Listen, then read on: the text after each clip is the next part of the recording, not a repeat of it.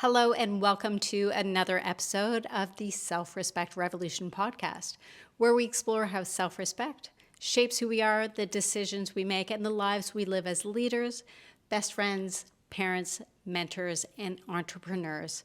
My name is Dr. Katherine, and I'm so glad you're here because today we are going to be discussing a topic that everyone deals with and no one is good with, which is criticism. On the last podcast, we explored burnout, specifically the experience that I believe people go through, or at least I went through during burnout, which I call the burnout trinity. And there's three things that really happen. Number one, it's a swear word, but I'm going to say fic. Second one is fear. Third one is the facade, the mask that we wear to say, nah, we're good because everyone else has it worse off than us, so I'm just going to smile because my problems are really not problems at all. And I really want to dive into this concept of the facade, wearing a mask. What does it actually really mean? And I actually looked it up. And here I'm going to read out the exact definition, which is a deceptive outward appearance. But here's what really threw me for a loop. You know how on definitions there's always an example, like using the word in a sentence as an example?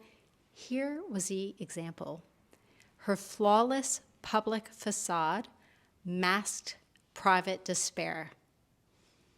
I'm like, other than the flawless part, I'm like, are they talking about me? Is my picture in there? Because that's really what I think wearing a facade is.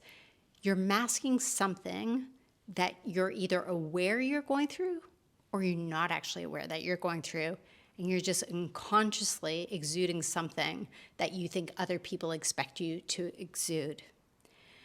So today I want to take that concept of the facade and dive into three specific aspects of it. Number one, we're going to be talking about the difference between being true to oneself and being authentic to oneself. Number two, we're going to look at how being true to yourself is related to criticism. And number three, we're going to look at an aspect of criticism that I think no one else has ever considered. And I think unless we're aware of this aspect, we're going to become even more paralyzed by criticism, because the only person that I've ever met that has not been affected by criticism is my partner, because he just walks into anywhere in the world and he just thinks, I'm awesome. And everyone's going to think I'm awesome. I'm not quite there yet. I'm still the #sorry, #Canadian. So let's dive in. So if you didn't listen to the last podcast, I'm going to give you a whistle-stop tour of what happened. Went to a psychologist. She said I was burnt out. I said, you have no idea what you're talking about. And we bargained that I was going to take the rest of the afternoon off. Within about an hour, I was like, holy crap, I'm burnt out. And I was thinking, I'm going to have the Google experience, like the Dr. Google experience, which is I'm tired, I feel lethargic, I feel like nothing, I feel apathetic.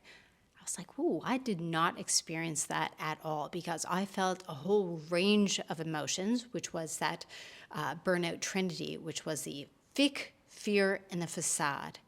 I felt everything under the sun.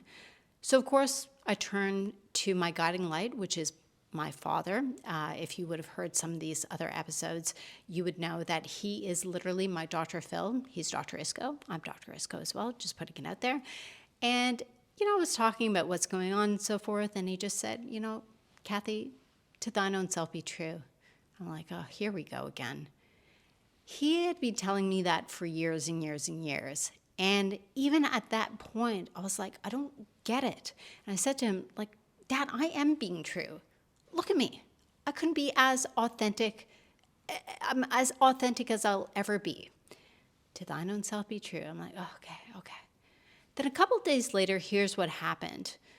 I somehow fell down the Google rabbit hole, and I saw an article, I read an article about Will Ferrell.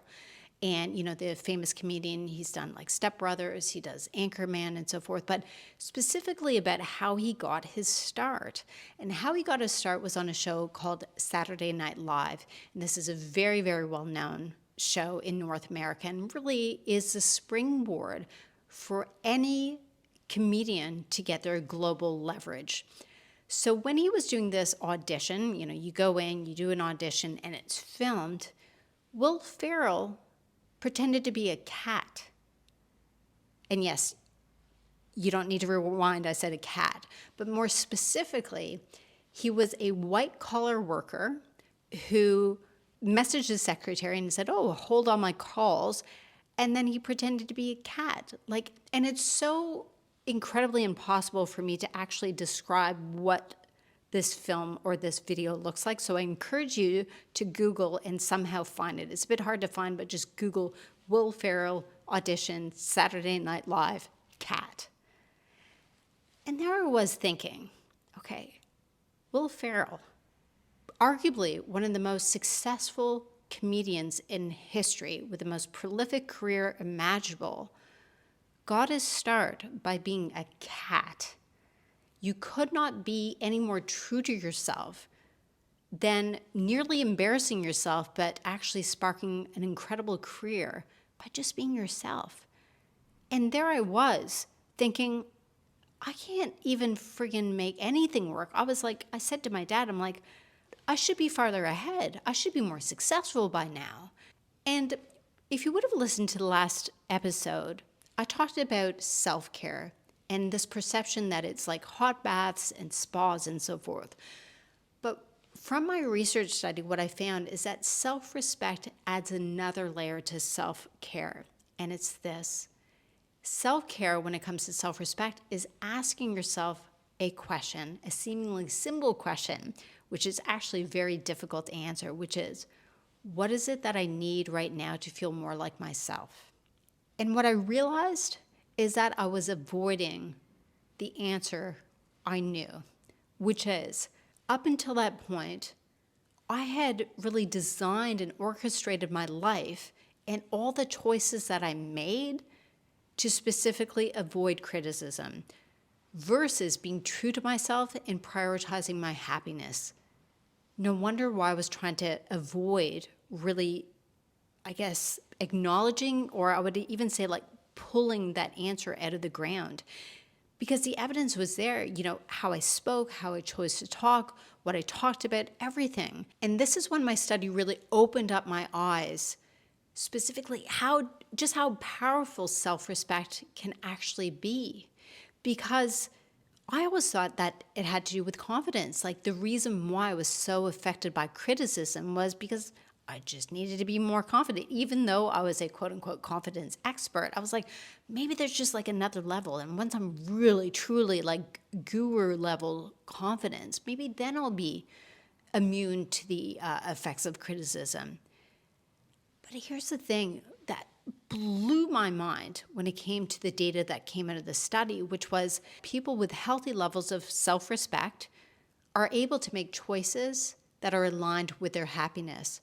So yes, they're not trying to make other people unhappy, but they realize the importance and the impact that making choices aligned with who they are is beneficial for their happiness and therefore the happiness of others. And to emphasize this, I've extracted a few quotes from those interviews, and I'd love to share them with you because this really underscores and underlines how incredibly powerful this correlation is. The first quote is, self-respect is that I make my own choices, and I stand by my choices. Number 2, you can do you as opposed to pleasing other people. Number 3, self-respect allows you to say, the choices and the decisions I make are mine and mine only. They may be the wrong decisions, but right now, this is what I believe I need, and I'll decide for myself. So the first thing here to recognize is the difference between being true to oneself and being authentic to oneself. And of course, I went to the guru herself, Dr. Brene Brown, who's the leader in shame and vulnerability, but also authenticity. And her definition is, and I quote, authenticity is a daily practice of letting go of who we think we're supposed to be and embracing who we actually are. So the difference between authenticity, which is that this daily practice of letting go, so you can accept who you actually are is much different than being true to yourself, which is specifically about making choices that align with your happiness. And I think that's really important, and something that perhaps you can even just chew on right now is, when's the last time you made a choice that aligns with your own happiness versus saying, maybe I shouldn't think, about their happiness.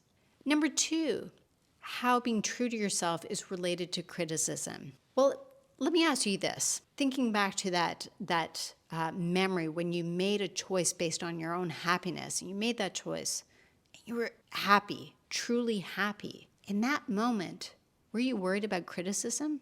And I really think that's why when we respect ourselves enough to prioritize our own happiness through choices, we actually experience that happiness.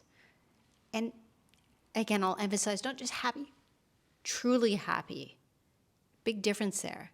When we can get to that place where we're empowered by our own choices, and therefore we have cultivated our own happiness, I think we become more and more immune to other people's criticism.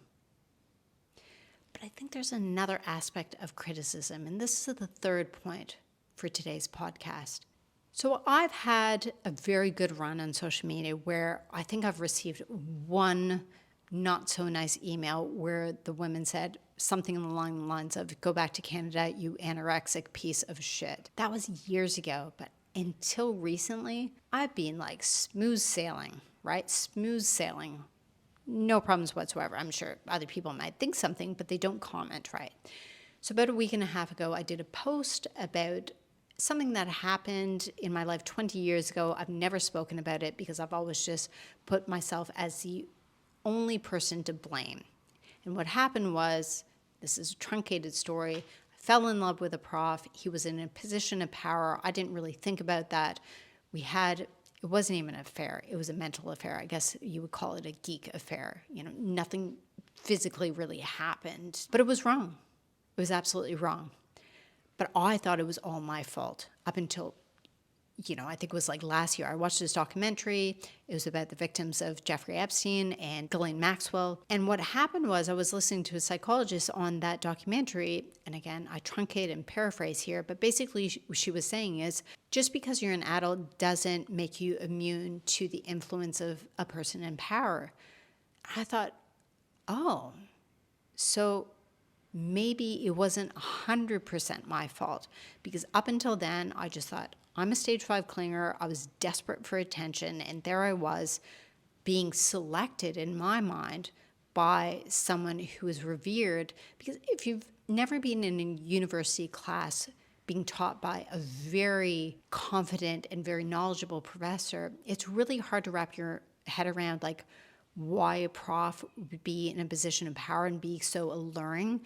And I get it. If you don't understand, I get it. Because from the outside in, you're like, a prof? Aren't they just a teacher? What's the big deal? But in a class of 800, 1,000, 1,200, where you could hear a pin drop when the professor was speaking because he was just so intelligent, it's hard not to be enthralled and transfixed by them. And that's why there is both implicit and explicit rules within at least decent universities that say students are always and absolutely off bounds for profs. There's no question about this. And this even extends to after a student is graduated. So this is how important it is, because universities know that the power of a prof over a student is unyielding. But this didn't ever occur to me, because I just figured it was my decision. I take full responsibility for it because I knew what I was going in, eyes wide open, right? So up until this point, I was like, it's 100% my fault. Not even 99.9%. It was 100% my fault. So I posted this story. It was misinterpreted by a very small percentage. I mean, the level of support literally blew my mind. But let's say 3%, were not as, they were very direct in their opinion of that. And that actually, for the first time, I was really surprised and proud of myself, is the criticism actually didn't affect me. And the reason is because I was so proud of why I posted that story, which was not to say that I was a victim, which was not to elude me of any blame, I am the first one to say that I was just as responsible as him. The post was not about that. The post was not about glorifying having an affair. Nothing about that was trying to get myself out of like a scapegoat situation. The point of it was trying to say, for those people who, for example, work in big corporates and they feel like they are transfixed